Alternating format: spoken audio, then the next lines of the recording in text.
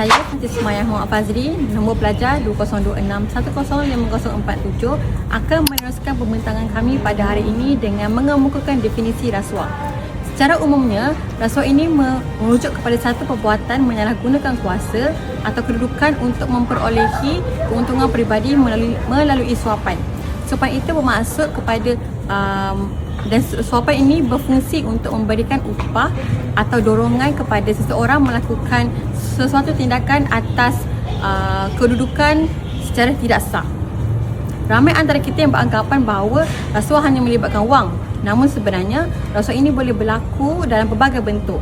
Menurut berdasarkan Akta Suruhanjaya Pencegahan Rasuah Malaysia atau SPRM 2009, antara bentuk-bentuk rasuah yang sering berlaku di negara kita, khususnya Malaysia, adalah yang telah kami nyatakan di pos tersebut.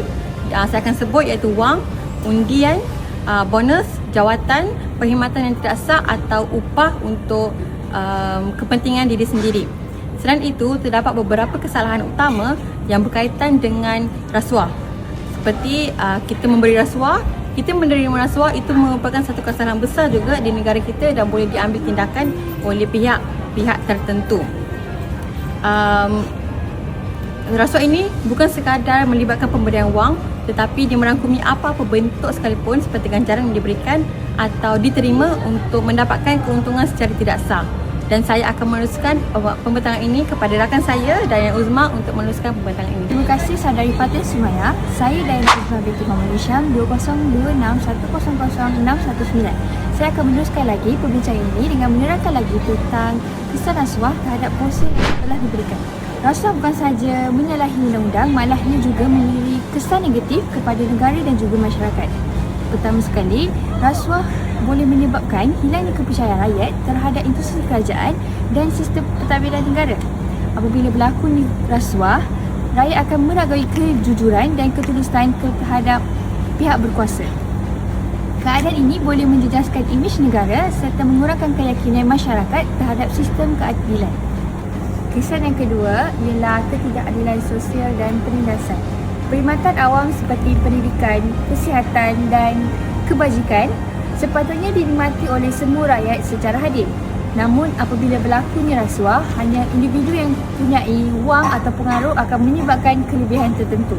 Hal ini akan menyebabkan jurang antara golongan miskin dan golongan kaya secara melebar.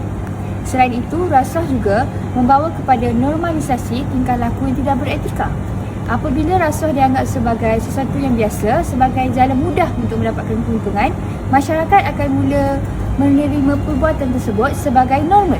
Situasi ini boleh mengakis nilai moral dan integriti dalam kalangan generasi muda. Terima kasih saudari Dayana Uzma. Saya Syaila Hanina, 2026100859.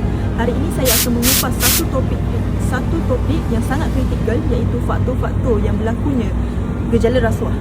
Baik, rasuah bukan sekadar kesalahan undang-undang, tetapi ia adalah penyakit sosial yang berakar umbi daripada pelbagai sektor, institusi, ekonomi dan peribadi. Pertama, kelemahan penguatkuasaan undang-undang. Walaupun kita mempunyai institusi seperti SPRM, wujudnya principal agent problem menyebabkan pegawai awam mempunyai kuasa yang boleh disalahguna. Apabila penguatkuasaan lemah dan sumber yang terhad, risiko untuk tertangkap menjadi rendah, sekaligus memberi lampu hijau kepada perasuah. Baik, yang kedua, tekanan emosi dan kos sara hidup. Tekanan hidup yang tinggi akibat hutang dan konflik peribadi sering menekan emosi seseorang.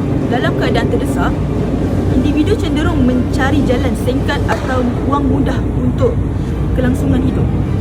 Yang ketiga, kelemahan pendidikan dan kesedaran integriti. Masalah ini bermula apabila sistem pendidikan lebih mengutamakan pencapaian akademik berbanding pembentukan sasial dan nilai moral. Apabila integriti diabaikan sejak di bangku sekolah, lahirnya individu yang lemah dari segi jati diri. Baik, yang keempat, budaya materialisme dan gaya hidup mewah. Obsesi terhadap status sosial dan harta benda menyebabkan ramai hidup di luar kemampuan. Rasuah dianggap sebagai jalan pintas untuk menutup krisis kewangan peribadi demi mengekalkan gaya hidup yang mewah. Baik, yang terakhir, perkembangan teknologi. Inilah cabaran terkini. Penggunaan teknologi seperti blockchain dan perbankan bayangan sering disalahguna untuk memindahkan dana haram secara pantas tanpa dapat dikesan oleh pihak berkuasa. Terima kasih saudari Syahila. Saya Hani Adina binti Muhammad Daud 2026-100953 akan membentangkan langkah ataupun usaha untuk membendung gejala rasuah ini. Yang pertama ialah memantapkan pendidikan integriti, iaitu pihak sekolah berperanan untuk mengadakan aktiviti program dalam melalui aktiviti co-curriculum seperti kelab persatuan ataupun sebagainya. Dengan adanya pendidikan seperti ini, murid-murid akan didedahkan dan diterapkan gejala rasuah sejak dari kecil lagi, agar mereka akan tidak terjerumus dengan gejala rasuah ini. Yang kedua ialah memperkukuhkan penguatkuasaan undang-undang. Undang-undang diperketatkan dengan lebih dalam dan lebih berkesan untuk mencegah rasuah ini. Salah satunya ialah tidak memilitasi dalam menjalankan penguatkuasaan undang-undang agar mengelakkan rasuah ini berlaku di dalam Malaysia. Contohnya, memberikan hukuman yang setimpal kepada pelaku agar tidak melakukan kesalahan yang sama untuk kedua kalinya. Yang ketiga ialah memperbaiki tadbir urus dan ketulusan.